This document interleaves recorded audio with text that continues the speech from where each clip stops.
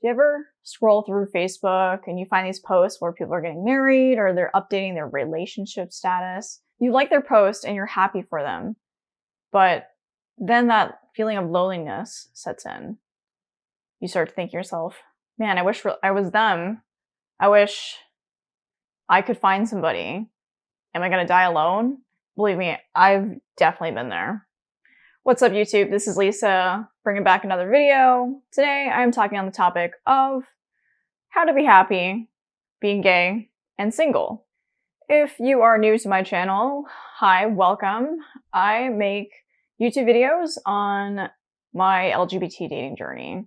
So if that's something that you're interested in, don't forget to click the like button, subscribe, and let's get on to it. Lesbians are stereotypically known to move very quickly in their relationships, and which is why we have the silly and stupid joke. If you haven't heard it, here it is. So what does a lesbian bring to their second date? A U-Haul.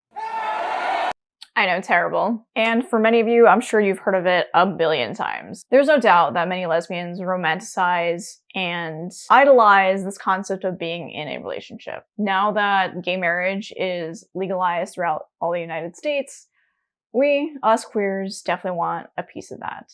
So that leaves many of us feeling like we are broken and we're missing something in our life because we're not in a relationship. Well, these past few months, I've actually been very busy, and I've actually been able to find some peace in being single.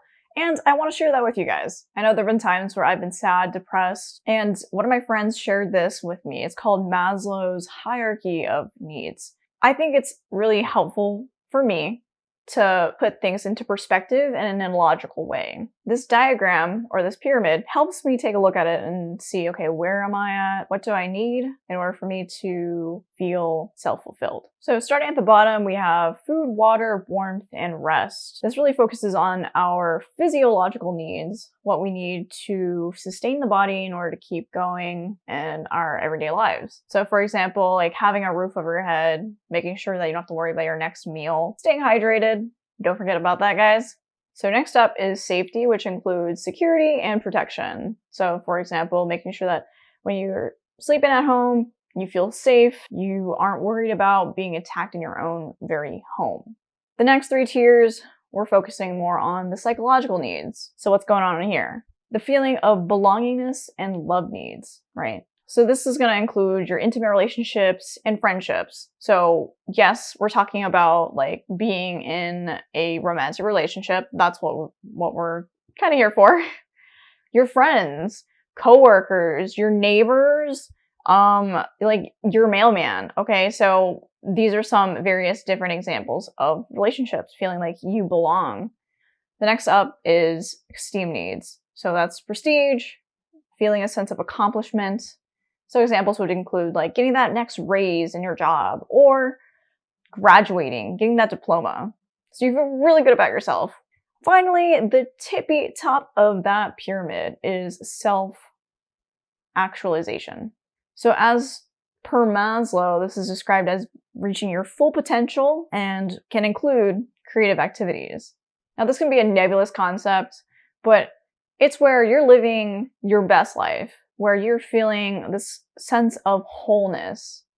I do want to make a point that you actually don't need each one of the tiers in chronological order in the pyramid in order for you to feel self-actualization. You can actually have it here and there and be missing a few and still feel that tippy top of that pyramid, self-actualization. So for example, we can have a person who's living in a van traveling the world.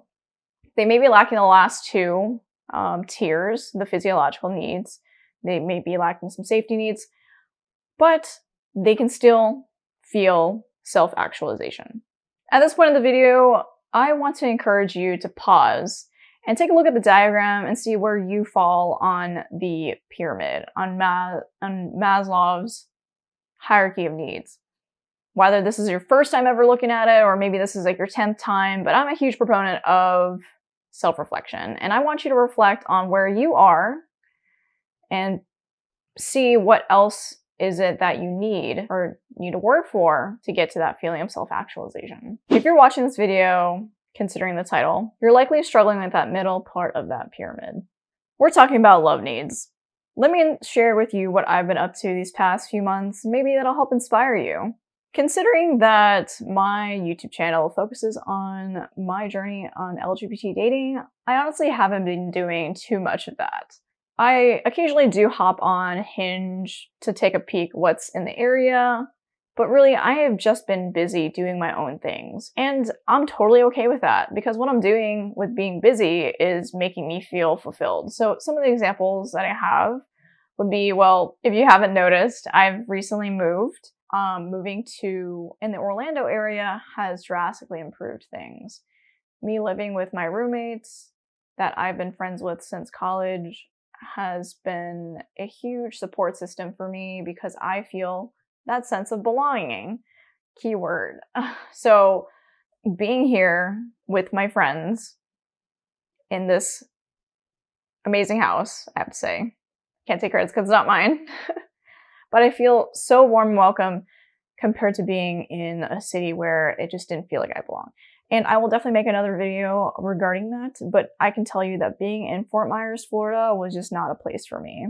Coming to Orlando has been such a breath of fresh air.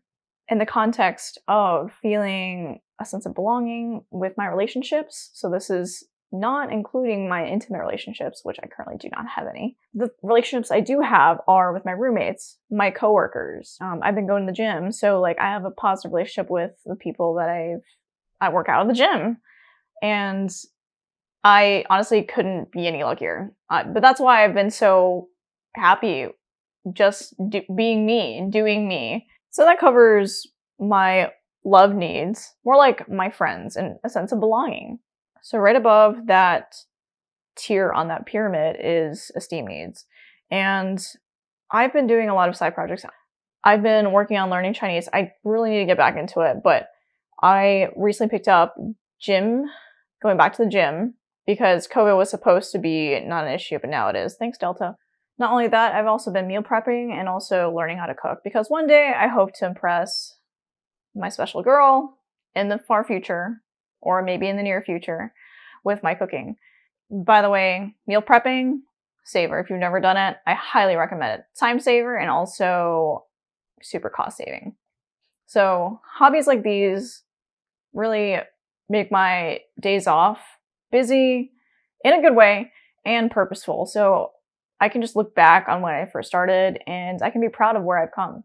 So a combination of my relationships and my hobbies, I think I've personally felt self-fulfilled, which is the final tippy top of that pyramid. All right, so what's the takeaway message from all of this? So if you've ever find yourself stuck, depressed, that you're single, and it's like, when will it ever end? Why does nobody love me? All those terrible negative thoughts.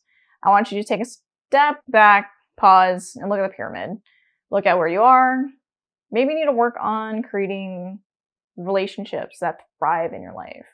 Okay, so we don't always need to be looking at being in a relationship to give that kind of sense of self or need in our life. We can supplement that with our friends, people around us. Besides having relationships, look at hobbies. Get passionate about something that you want to do and care about, and it could be growing succulents or being a huge nerd on a particular video game. Well, I hope you've enjoyed this video and you found it enlightening that we need to turn our gaze away from focusing on being in a relationship and really just being focused on living our best life. Living our best life in that being happy with what we have, being happy with what we're doing instead of having to involve somebody else. So just be you and be happy being you. If you've enjoyed this video and found it helpful, please give a light tap to the like button on this video so it can be pushed to the YouTube algorithm and it can be shared to other people who are also struggling in the same situation. Like I said, I make content about LGBT dating and my journey in dating and being gay and queer, all that good stuff. If you like more of that, please click subscribe for more content like this. And thank you so much for your time and watching this video. I will see you in the next one.